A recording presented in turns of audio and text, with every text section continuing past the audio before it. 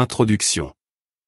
Je certifie que le texte suivant est l'absolue vérité et non une œuvre de fiction.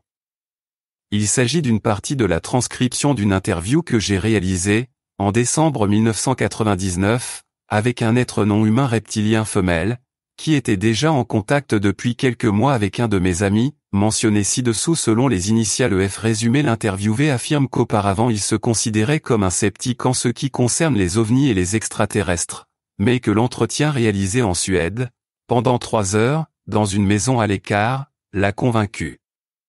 L'entretien ne comporte qu'une partie de ce qui a été dit, la reptilienne désirant que certaines informations importantes ne soient pas rendues publiques. L'interviewé possède la totalité de la transcription, 46 pages, et des dessins faits par lui, représentant la reptilienne et son équipement, ainsi que la totalité de l'enregistrement sur cassette, mais il ne les communique pas sans l'autorisation de Reptilienne. J'ai envoyé le présent résumé à 4 de mes amis en Finlande, Norvège, Allemagne et France, afin qu'ils le traduisent dans leurs langues respectives et le diffusent. Si vous recevez ce texte, envoyez-le à un aussi grand nombre de gens que possible. Je certifie également avoir observé pendant ces 3 heures d'entretien les facultés télépathiques et paranormales de la reptilienne, faire danser un crayon sur la table sans le toucher, maintenir une pomme en l'air à 40 cm de sa main, et je suis absolument sûr qu'il n'y avait pas de truc. Il est certainement difficile pour certaines personnes qui n'en ont pas eu l'expérience de le comprendre, mais j'étais réellement en contact avec son esprit et je suis certain que tout ce qu'elle a dit dans cette interview est la vérité. Un nouvel entretien est prévu, en Suède, au même endroit, pour le 23 avril 2000. Oleka. Question d'abord, qui êtes-vous et qu'êtes-vous ? Êtes-vous d'une race extraterrestre ou bien un être originaire de cette planète ?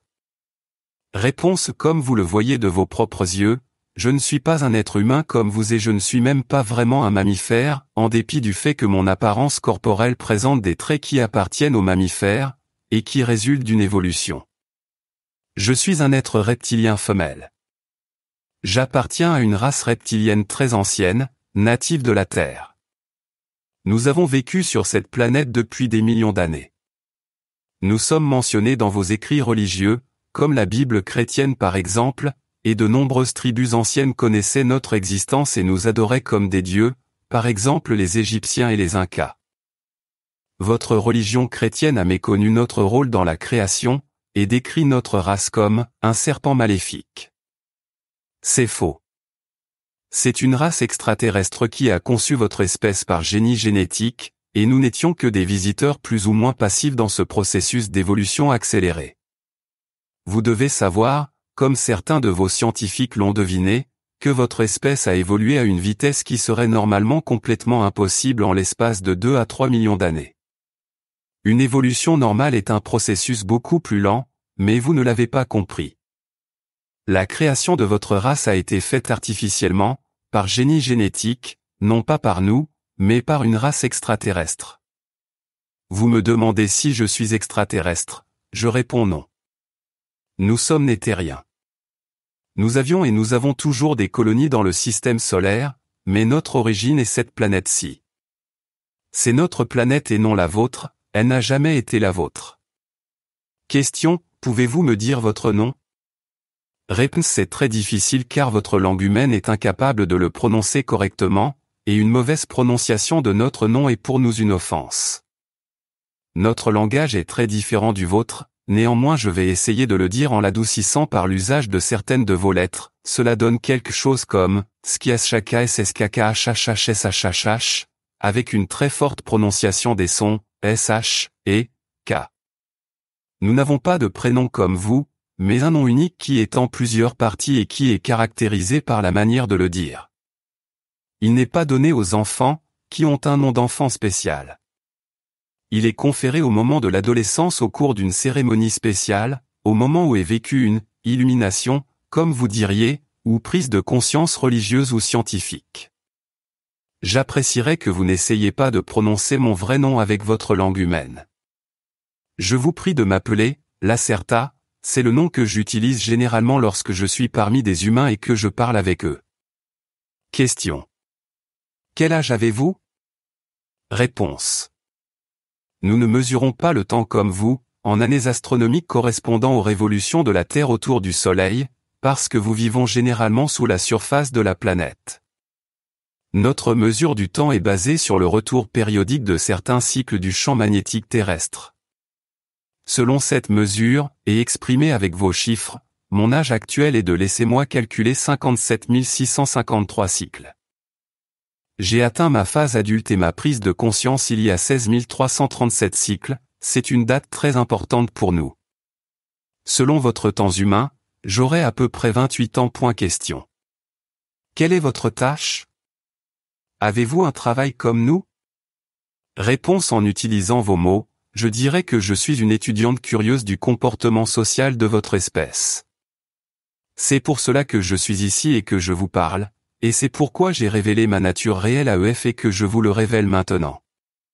C'est pour cela que je vous donne ces informations secrètes et que j'essaierai de répondre honnêtement à toutes les questions que vous avez écrites sur toutes ces feuilles de papier, là.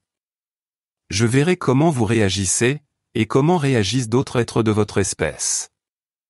Il y a tant de fous et de menteurs de votre espèce sur cette planète, qui affirment détenir la vérité sur les ovnis et les extraterrestres, etc. Certains d'entre vous croient à ces mensonges.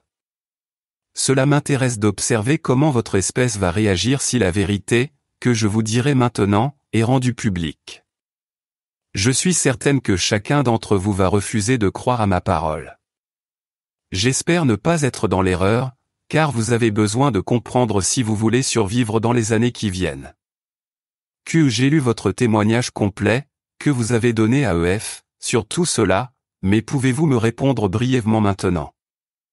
Les ovnis sont-ils de vrais objets volants pilotés par des extraterrestres, ou appartiennent-ils à votre espèce? Certains ovnis, comme vous les appelez, qui ont été observés nous appartiennent, mais pas tous. La plupart des objets volants, mystérieux, ne sont pas des appareils technologiques mais simplement une mauvaise interprétation de phénomènes naturels que vos scientifiques n'ont pas compris, comme des flamboiements de plasma spontanés en haute atmosphère.